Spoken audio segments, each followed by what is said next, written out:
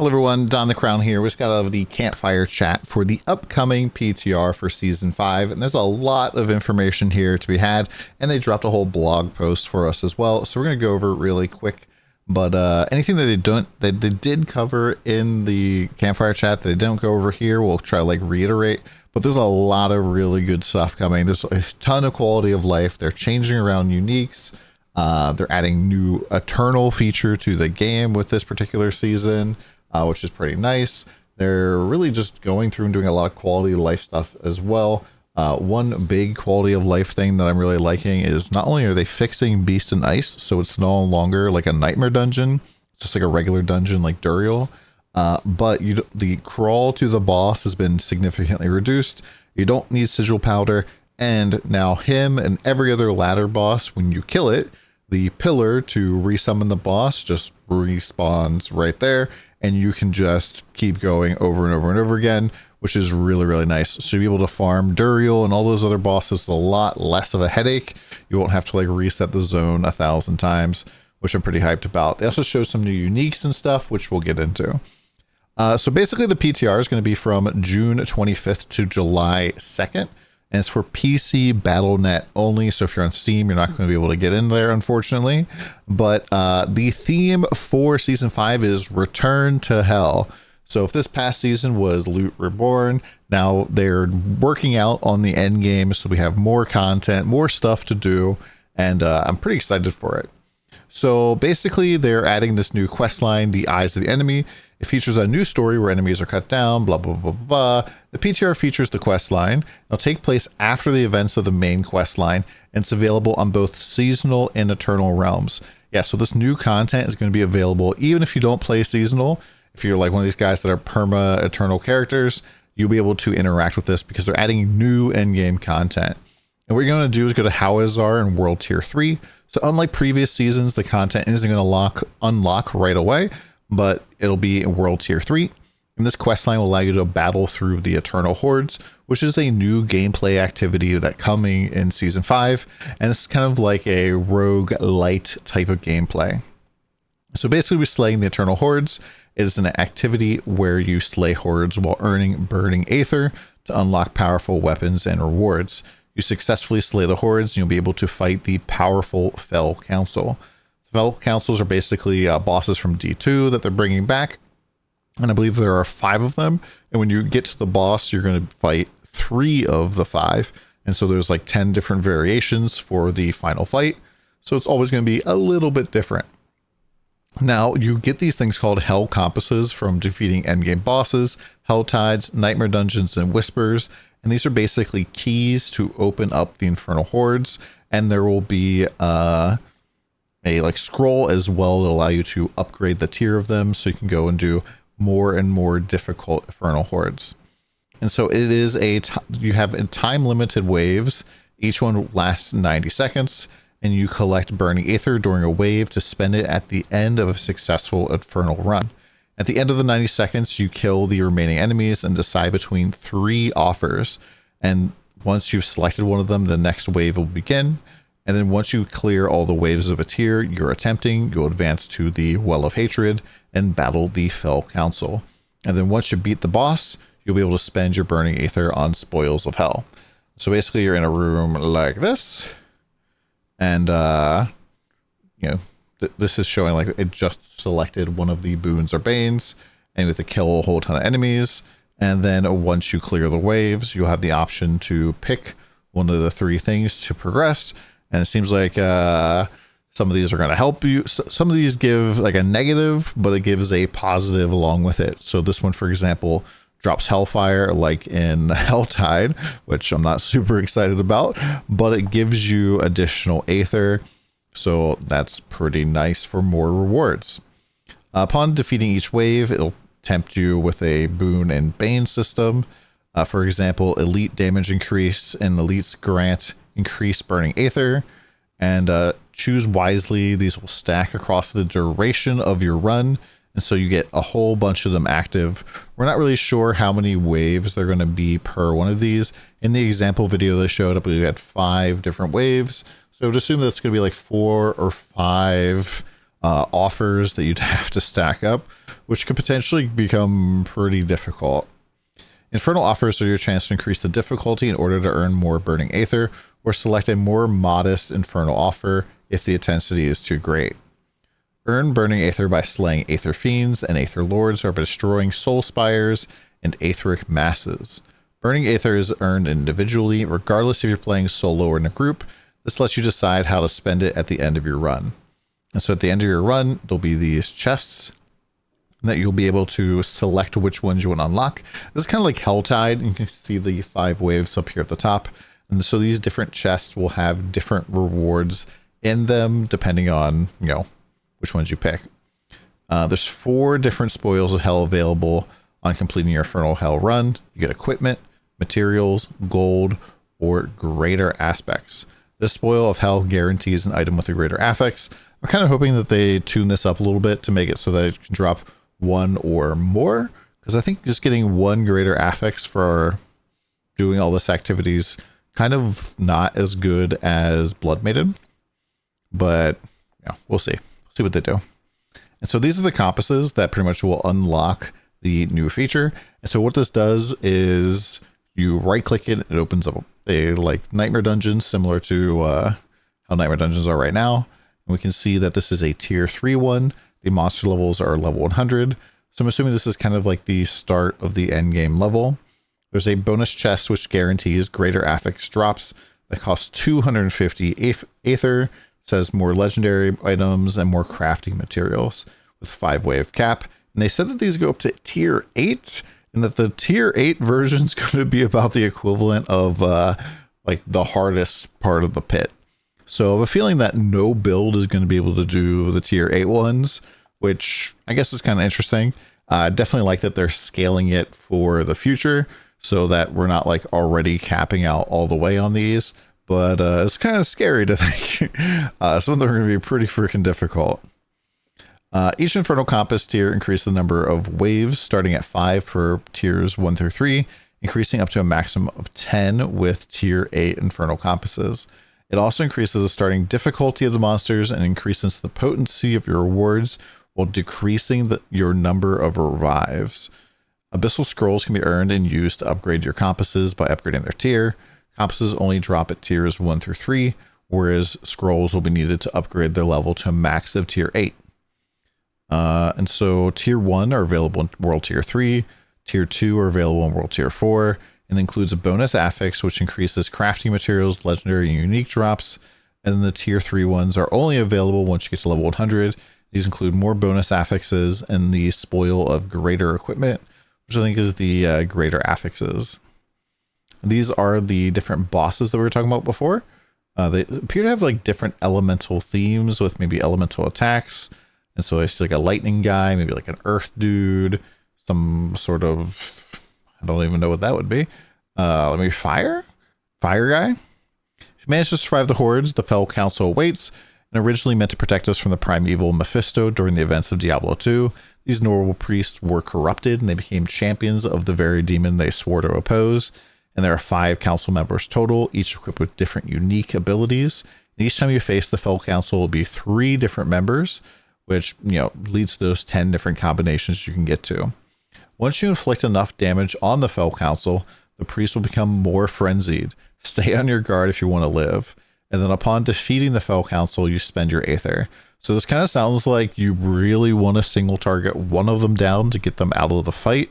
Because if you just spread the love around, you're going to have 3 angry priests as opposed to just 2, which definitely will be interesting and maybe very difficult. It'll be cool to see what builds really do well in this game mode, but aren't doing so well in maybe the pit or other game modes, because it seems like for the most part, you're not going to have to like traverse distances all that much. You're killing enemies that are kind of near you. So things like Hydra build for Sork could potentially be very, very strong here, because you're able to get a lot more juice out of just dropping that Hydra down and running around and keeping enemies from hitting you. So they're adding new weapons and items, and the Forges of Burning Hell burn the fiercest, leading to incredible possibilities for the weapons they produce. They're introducing new legendary affixes, new uniques, and new items in general. These new legendaries and uniques can be earned by slaying enemies across Sanctuary, but they have the best chance of appearing when playing the Eternal Hordes. So previously, when they add a whole bunch of uniques, they just spread them out across the ladder bosses, but it sounds like they're specifically targeting them onto this new endgame system because it'll be sticking around for a while now. So getting into some of the quality of life updates for the endgame bosses. So endgame bosses, like I said before, you no longer need to reset the dungeon to replay the same boss. When you kill them, the summoning altar reappears and allows you to use more resources. Summoning Varshan now only requires malignant hearts, trembling hands, blackened femurs, and gurgling heads have been removed from the game. Rip gurgling heads. They've been a fun item to drop in the past. And then endgame bosses now drop additional gold instead of rare items, which is a great change because it was really annoying just having all of those rare items on the ground and not being able to see the actual loot that you want to pick up. Now it appears that everything is going to be a good item on the ground for you to pick up. Everything's going to be a legendary or unique or a mythic unique, which is really, really cool. Beast Nice, as we said before, is now a standard dungeon. You don't have to craft a sigil. Now the boss fight's a lot closer to the entrance, and they removed all the sigil dust stuff for it. Helltide and Whispers, basically they've improved this so that now only one zone in the Helltide will have the Whispers in them, but it'll be enough to earn 10 Grim Favors within one Helltide, and it should take significantly less time to complete. I know some of those were like kill 250 demons or like interact with a whole bunch of different like NPCs all over the place, so hopefully reduce that a little bit. Increasing your threat now consistently scales with the health of slain monsters. So it sounds like killing bosses and elites and stuff are probably going to give you more meter. And they're reducing the drop rate of Baneful Hearts a little bit, which I don't really know how I feel about that. Chance to get one from a torture gift starts at 13 and increases each time you fail to get one. Once you're rewarded a Baneful Heart, the chance resets to 10%. So that's not really all that bad. But I feel like sometimes I had way too many hearts, and then lately I've had almost none. I'm like down to single digits because people aren't really putting them in. So we'll have to see how it plays out. Hellborn and Helltide Assassin have a chance to drop the heart as well. And I guess that's kind of nice. I wish the Helltide Assassin was like a way higher chance because it's kind of like out of the way, it feels like. The Cold Demon's Whisper Bounty now includes Fallen and other stuff, so it's way more easy to do. So Resplendent Spark rewards for defeating Tormented Boss can now be earned separately on both hardcore and non-hardcore. Not gonna lie, I did not know this was the thing, but I would have been so mad if I was rerolling on hardcore, kill a tormented boss and didn't get a spark. Oh.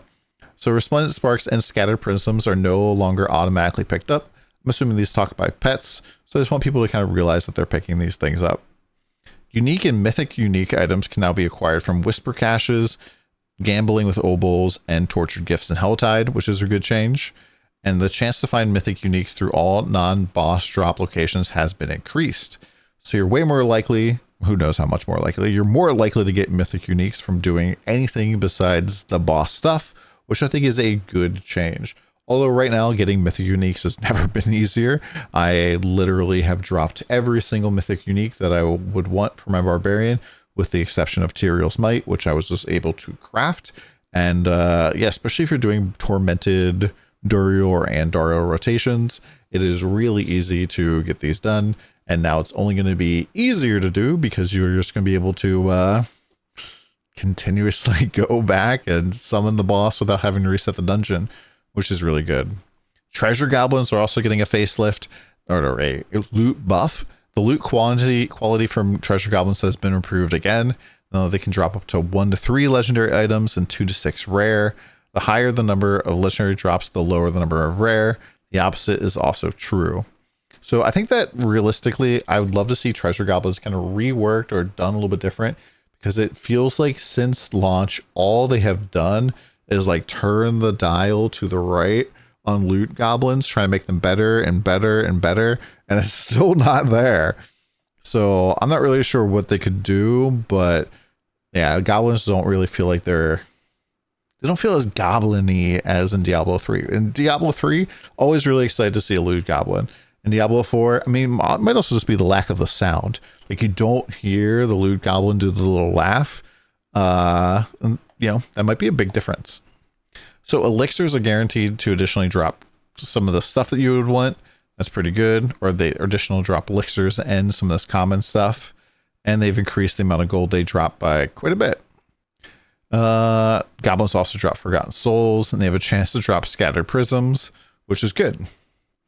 They're also changing some of the implicits on weapons. You can see it right over here. So stuff like cooldown reduction on offhands is gone. Lucky Hit has been put on offhands now as opposed to cooldown, and Lucky Hit has been removed from wands and moved. Now it is vulnerable damage. And so we're losing cooldown reduction, which kind of does suck. Hopefully they're giving us more cooldown to kind of compromise there. Although I do kind of feel like offhands are a little bit overtuned compared to two-handers for Sork. And we'll have to see like how it kind of shakes out. But for the most part, you'd almost never really want to use a two-hander unless you had one affix that was giving you a huge amount of damage. And then you would always kind of feel like you're a little bit behind in stats. And so... yeah. Future accessibility items. Now, this is something that they talked about on the campfire chat, that they want us to test stuff. This stuff might not necessarily be coming to Season 5, but these are features designed to allow players to easily navigate the world and find destinations of their quest. They are work in progress features, so every piece of feedback helps us to make adjustments prior to their official release, probably in the expansion. Audio navigation. Provides audio pings that help navigate players toward their current map pin in the world. Interesting. This new feature automatically drops a map pin on the destination of your selected quest or task for your in-game journal. Oh, I like that. When a pin is dropped, your minimap shows a route to follow to get to the chosen destination. This becomes the default when selecting quests and further enables additional navigation features. I definitely like auto pin. I don't know about this sound effect. Audio navigation assistance. The player receives spatial audio pings that direct the player towards their placed pin on the overworld map. This feature, in conjunction with auto pin navigation, allows players to navigate through quest content while having their destination tracked through an audio navigation. For best results, we recommend using headphones for the immersive sound. Players can adjust both the volume and the interval of the ping to find a level that meets their needs. And a compass. The compass features enables an on-screen HUD element that circles around the player and points towards their placed in world pin. In combination with auto pin, this provides consistent guidance to the player. Players can change the color of the arrow to match their particular needs and ensure it is clearly visible while slaughtering the denizens of hell. Seems like they're probably adding this stuff for the expansion. I'm guessing there's going to be a whole bunch of quests and stuff to do in the expansion, from side quests for the new area or areas. We don't really know how much there's going to be, and also new like main story quests. And these are going to be things that are going to help there. Features offered for testing. We have servers for PTR in the largest areas like NA, EU, Korea, Japan, South America, and Australia. Characters on your account have been copied ahead of time to help prepare for the PTR, although some of their items may be out of date compared to how they are currently set up. Once you log in through Battle.net, your account will carry over the following account-based progress. A whole bunch of stuff like that you're already normally getting for the season, but it sounds like you're going to be able to play your current character from the season in the PTR, which is cool. As so many of the changes apply to endgame, the following features will be offered, so you can instantly boost your character 100.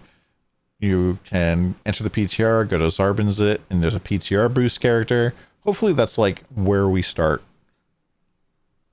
You receive all new legendaries, one new unique for each class, 100 million gold, 1,000 obols, 2 random sets of ancestral gear at 920, upgraded potions, fully unlocked glyphs, up to 10 temporary manuals, and the base amount of all consumable materials. Completed class mechanic systems. Okay. Yeah, I like that. That's pretty cool. So other stuff that they kind of talked about that is not necessarily in this is they showed some of the new uniques that are coming. I'm going to quickly kind of just go through them. So we have the Morticrux. This is a Necromancer dagger. So when consuming a corpse, there is a chance to create a decaying skeletal simulacrum that seeks enemies but cannot attack.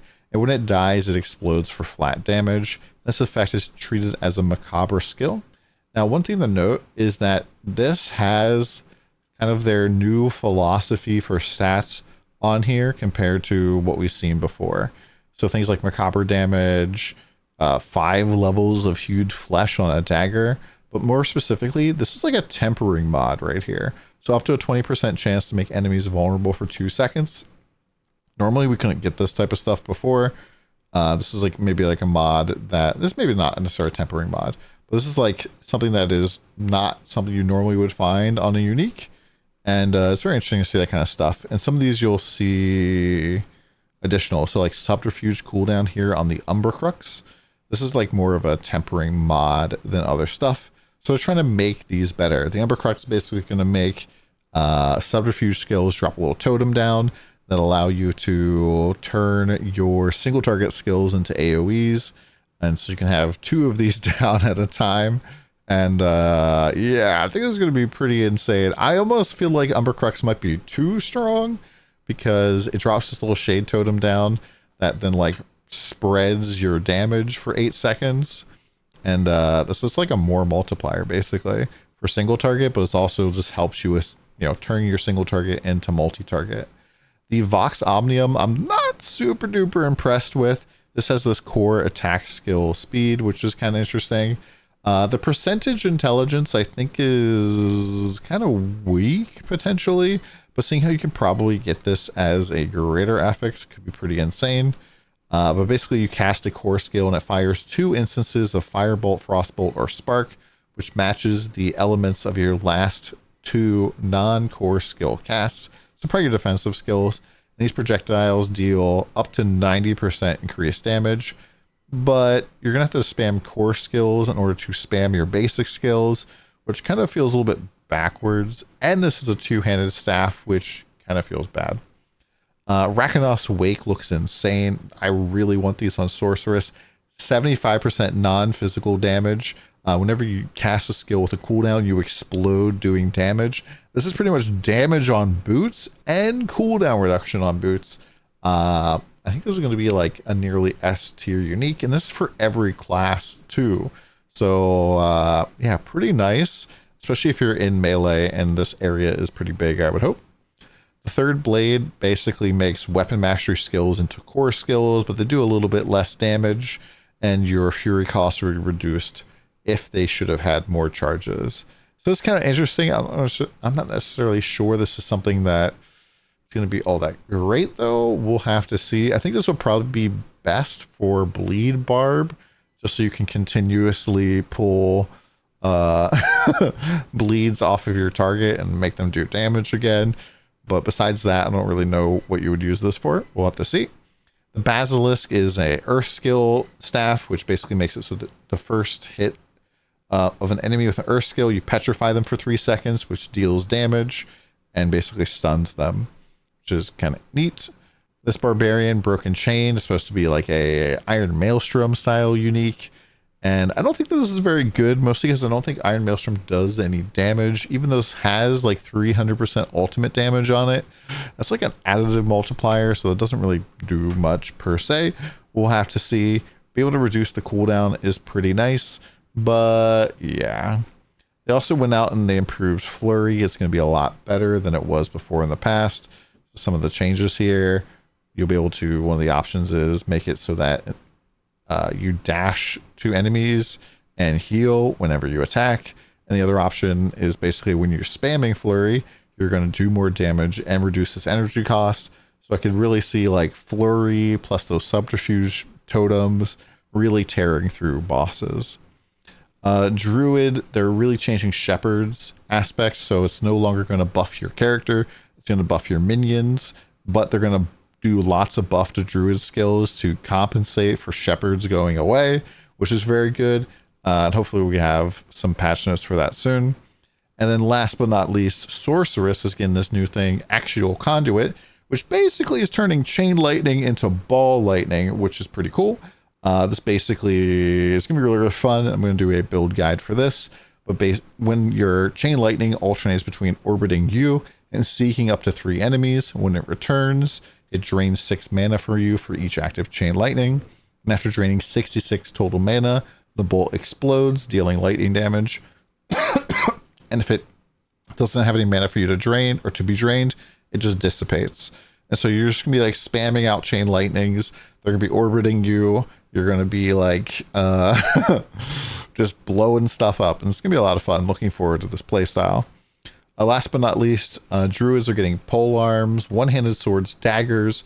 Sorceresses are getting one-handed swords and maces, and necromancers are getting all axes and all maces. This is supposed to say maces, not swords. But yeah, overall, this seems like a pretty exciting PTR that we have coming down the line. Looking forward to playing it here on this upcoming Tuesday. And like I said, the date for these are, let's find it here. It's going to be from June 25th to July 2nd. You do have to have PC Battle.net. Let me know what you guys think in the comments below. Let me know what you're excited about. I am super excited for some of the quality of life stuff that's coming. We'll see you soon.